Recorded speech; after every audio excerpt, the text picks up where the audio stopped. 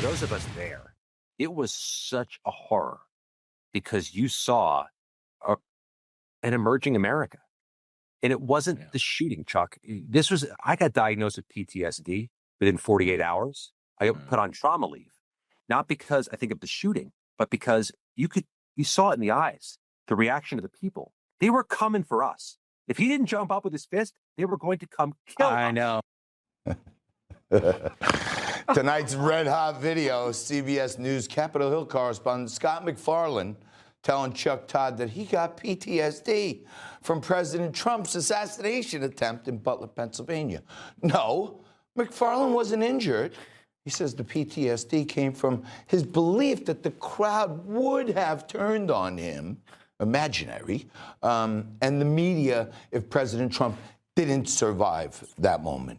And I'm sitting here reading this script earlier and saying, do I really have to read this and watch this guy, Scott MacFarlane, start whinging and whining about what he thought might happen? Does it show that he has no humanity, that Trump was almost dead in front of him? We're supposed to worry about him? Like, he's the real victim. Who do we feel worse for? Pete Buttigieg breastfeeding and taking, matrimonial time off to have his baby, or this guy for almost fake PTSD? I mean, what's happening with these people? It's like an insult to the veterans. I mean, that really do get PTSD from war and from trauma. And I got to tell you, like, listening to these elitist, ridiculous, no-name reporters make these outrageous comments like saying, and they're coming after us, and I'm so scared. They're the most pathetic human beings I think I've ever encountered in my life. So, I mean, it's very unfortunate that they say these stupid comments. I got to be honest. Elizabeth, I was at a rally and I saw some Antifa people and they shouted at me, and I still feel PTSD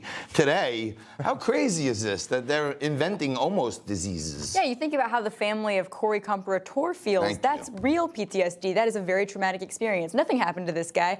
I've been in the media section at Trump rallies, and I will say the crowd often does have a bit of an anti-media stint for good reason, because the media has misrepresented them time and time again. But never have I felt remotely unsafe. They would never harm the media physically. I think it's just a ridiculous idea that this guy was in danger when he is definitely just fine.